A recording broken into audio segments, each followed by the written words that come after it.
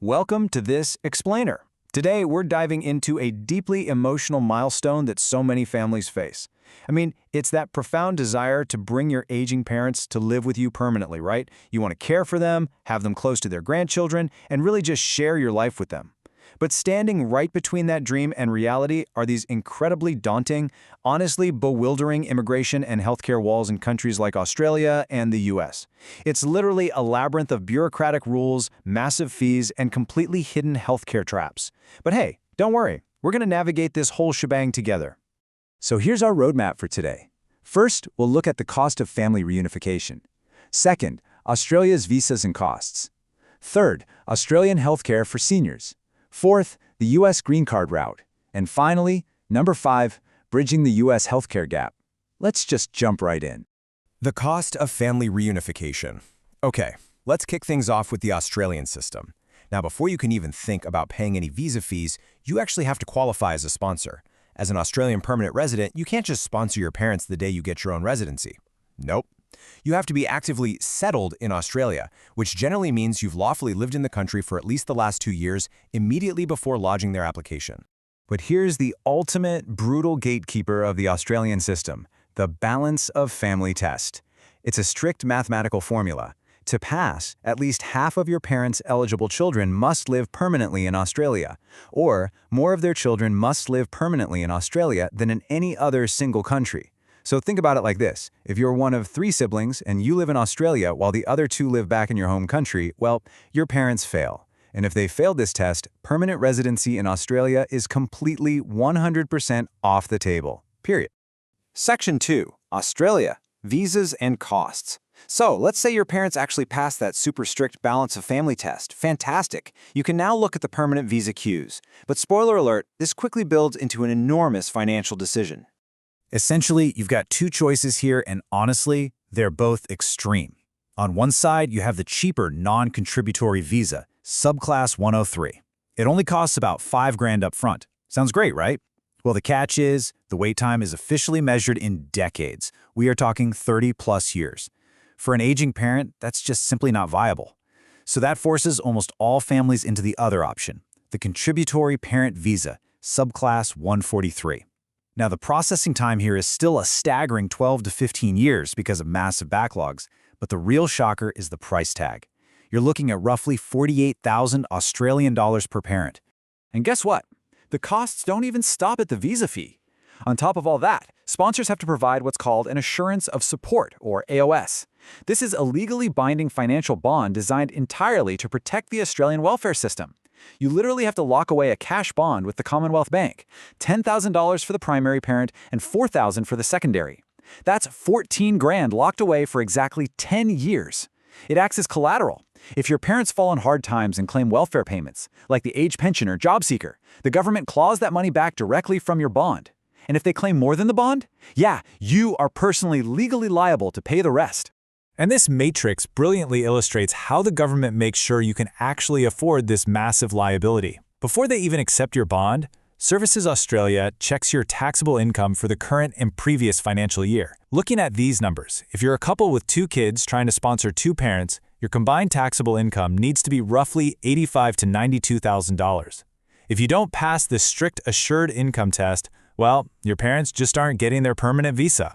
But here's where it gets absolutely fascinating. There is this strategic loophole that a lot of savvy families use, the 173 to 143 pathway. Instead of paying that massive $48,000 fee and lodging the bond all at once, you break it into 2 stages. Step 1, you apply for the subclass 173 temporary visa. You pay a portion of the fee, about $29,000, and crucially, your parents get immediate access to Australia's public Medicare system while they stay for up to 2 years. Then, for Step 2, right before that visa expires, you transition them to the permanent 143 visa, pay the remaining $19,000, and finally lodge that assurance of support bond.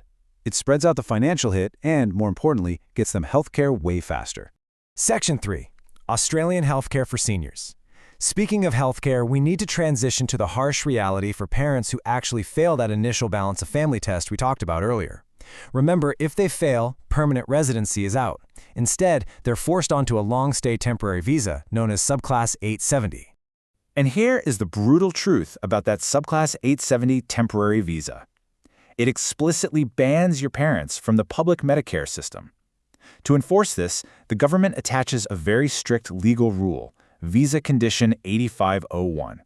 Your parents cannot get their visa approved unless they purchase and maintain overseas visitor health cover from a registered Australian health fund for the entire duration of their stay.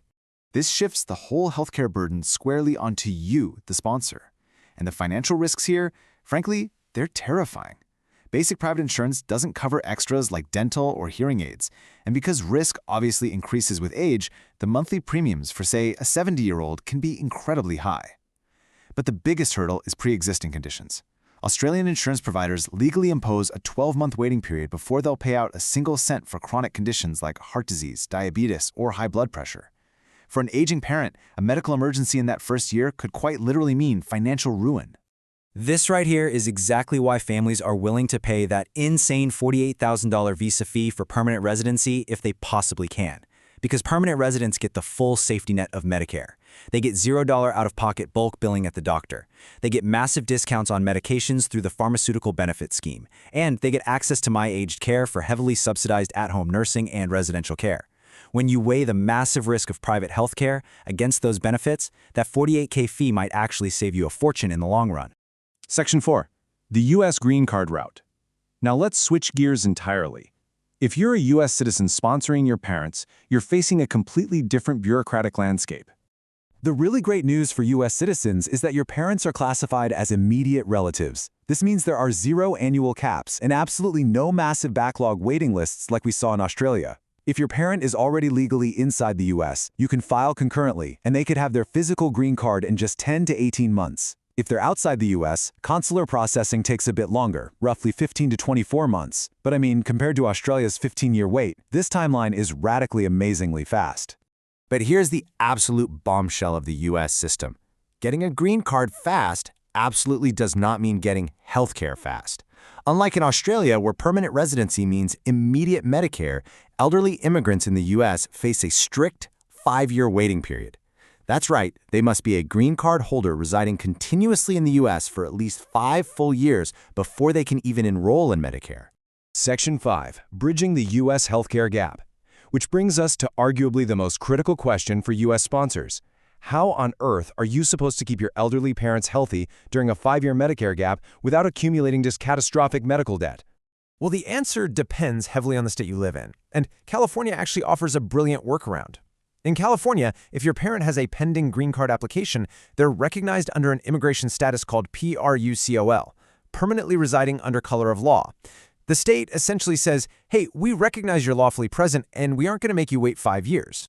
Because of this, California transforms from a potential healthcare desert into a total immigrant-friendly haven. Through its Medi-Cal system, California completely waives that 5-year federal waiting period for lawfully present immigrants. Plus, under their state expansion, they cover anyone 50 or older regardless of status using state funds. And get this, they have completely eliminated the asset limit, so it literally doesn't matter what savings they have in the bank. As long as their monthly income is below 138% of the federal poverty level, they get full scope coverage. And this safety net, it is incredibly efficient. By law, county social services have to process these Medi-Cal applications within 45 days. In reality, it often only takes 3 to 4 weeks. Even more amazingly, and this is a real game changer, if your parent had a medical emergency while the application was still processing, Medi-Cal can actually provide up to 3 months of retroactive coverage to pay off those past medical bills. I mean, that is profound peace of mind. But to bring this all back into perspective, I want to throw this number out there again, $43,600. That's the strict, non-refundable second installment fee for just one parent's permanent visa in Australia. Whether it's paying massive visa fees to the Australian government or navigating complex private insurance and state safety nets in the US, both systems share one inescapable reality. The intense financial and bureaucratic burden, it is ultimately shifted squarely onto you, the adult child. Which leaves us with this final, really provocative thought. As we look at these labyrinthine systems with wait times spanning literal decades and costs soaring into the tens of thousands of dollars, we really have to ask ourselves, is reuniting with our aging parents, is basic elder family care becoming a luxury that only the wealthy can afford to sponsor? It's a heavy question for sure, and one that every family needs to weigh carefully before beginning this journey. Thank you so much for joining me on this explainer. Keep learning, stay focused, and I'll catch you next time.